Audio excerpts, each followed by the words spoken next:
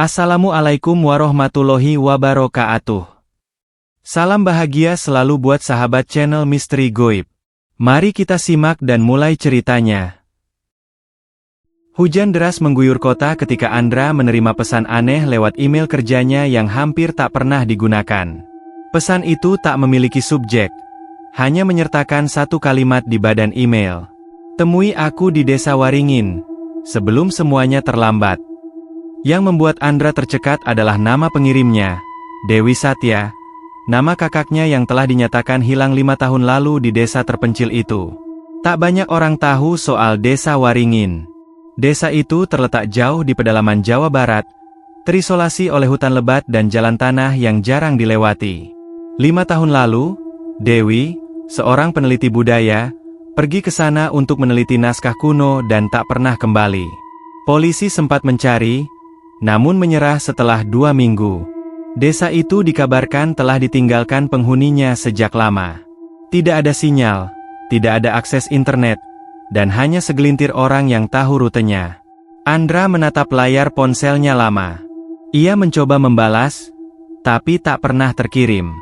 Penuh rasa penasaran dan harapan, ia memutuskan untuk pergi. Perjalanan menuju Desa Waringin tidak mudah. Ia harus menyewa mobil off-road, menyuap petugas lokal untuk menunjukkan jalan, lalu berjalan kaki selama hampir 2 jam melewati hutan. Kabut tipis menyelimuti pohon-pohon tua, aroma lembab tanah dan dedaunan busuk memenuhi udara. Saat senja mulai turun, ia akhirnya tiba di depan sebuah gerbang kayu besar yang usang. Di balik gerbang itu terbentang deretan rumah tua bergaya kolonial, sunyi dan terlantar. Namun anehnya, beberapa rumah tampak masih terawat. Pintu tertutup rapat, jendela bersih, dan pekarangan bersih dari ilalang. Seperti ada yang diam-diam tinggal di sana. Andra memanggil, namun tak ada jawaban. Ia melangkah perlahan, melewati rumah-rumah bisu yang seperti mengawasinya. Tiba-tiba, dari salah satu jendela di rumah paling ujung, ia melihat bayangan seseorang. Sekilas saja, seperti seorang wanita berambut panjang berdiri menatapnya. Ia berlari ke sana. Pintu rumah itu terkunci. Ia mengintip lewat jendela, tapi tak ada siapa-siapa di dalam. Kosong. Namun di lantai, ada sebuah buku tua terbuka dengan coretan tangan yang dikenalnya, tulisan Dewi. Tangan Andra bergetar saat menyentuh buku itu. Di halaman pertama tertulis, "Jika kau membaca ini, berarti aku gagal keluar. Waringin menyimpan rahasia yang tak boleh dibuka." Dan suara pintu yang berderi tiba-tiba terdengar dari belakangnya. Andra menoleh cepat, namun hanya mendapati angin menerpa pintu yang setengah terbuka. Ia yakin telah menutupnya rapat. Dengan langkah hati-hati, ia keluar dan memastikan tak ada siapapun di sekitar rumah tua itu. Namun rasa gelisah terus merayapi pikirannya. Apakah yang ia lihat tadi hanya ilusi? Atau memang benar seseorang mengawasinya? Ia membawa buku tua itu ke dalam rumah dan menyalakan senter.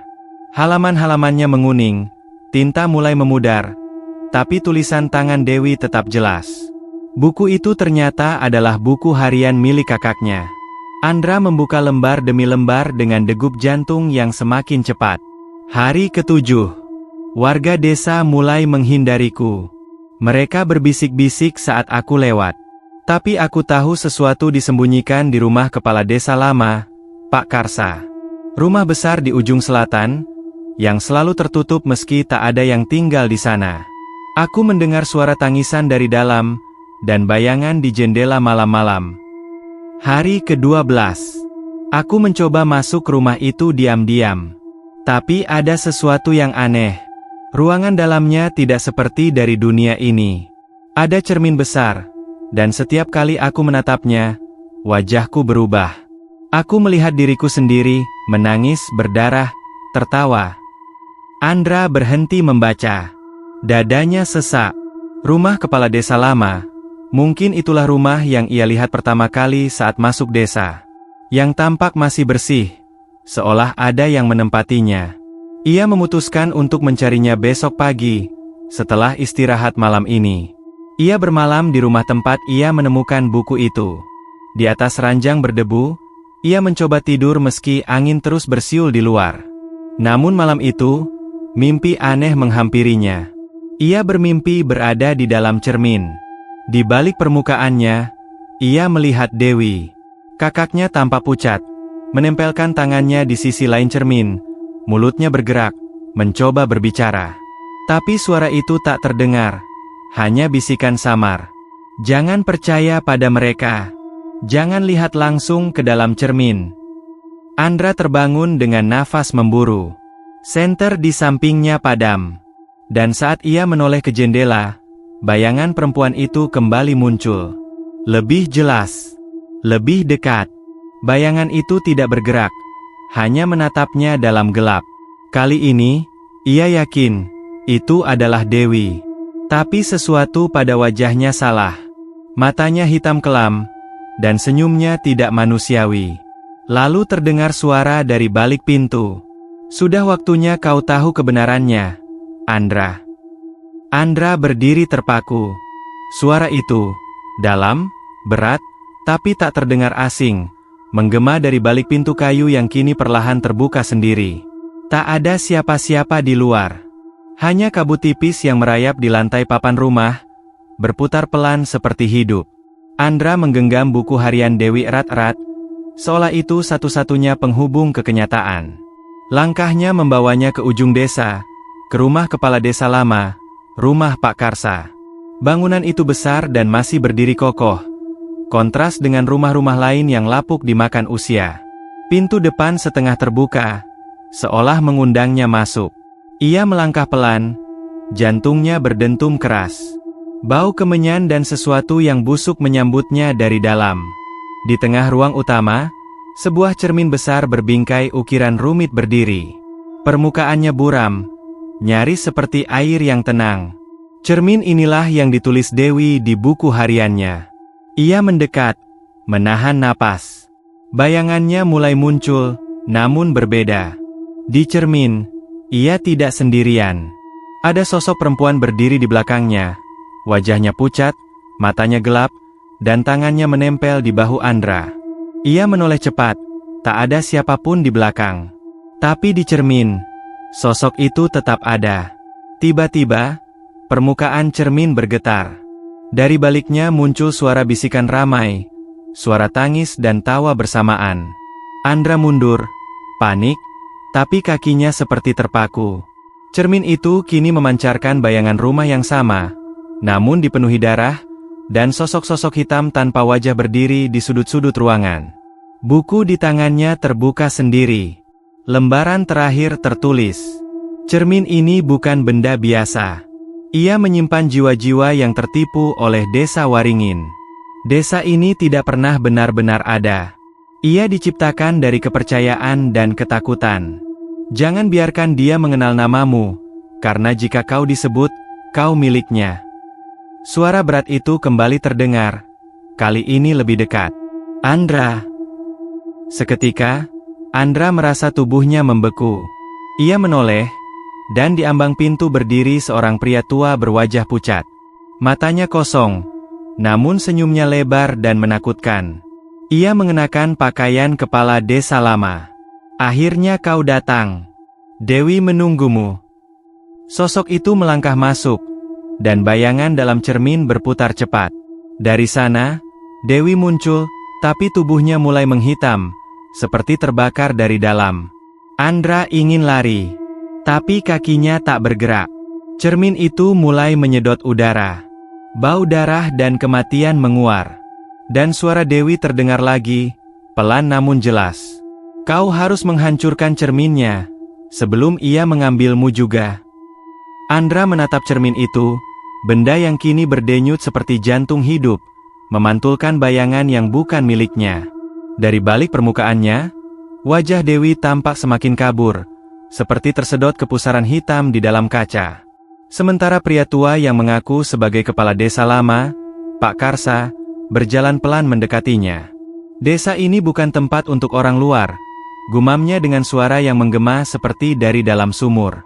Tapi karena kau telah datang, kau akan jadi bagian dari kami. Andra merasakan tekanan kuat di dadanya. Tangannya bergetar hebat. Ia mencoba mengingat kembali isi buku harian Dewi. Satu-satunya cara menghentikan ini adalah menghancurkan cermin. Tapi di sekelilingnya, bayangan-bayangan mulai muncul dari tembok, lantai, dan langit-langit. Sosok-sosok gelap tanpa wajah. Mereka berjalan pelan ke arahnya, mengerang lirih seperti ditarik dari mimpi buruk. Ia berlari ke sudut ruangan, mengambil batang kayu patah dari kursi tua, lalu menghampiri cermin dengan langkah ragu.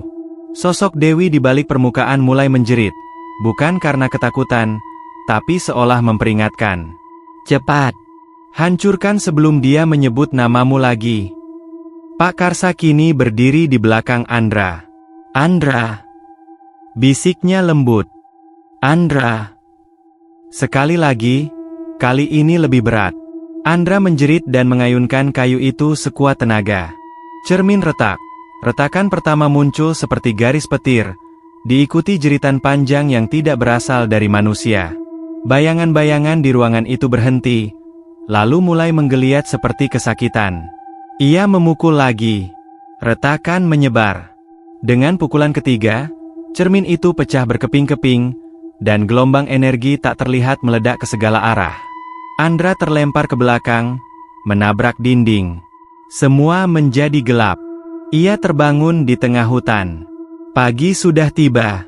Tak ada rumah tua, tak ada desa. Hanya pohon-pohon, sunyi, dan embun pagi. Buku harian Dewi masih di tangannya.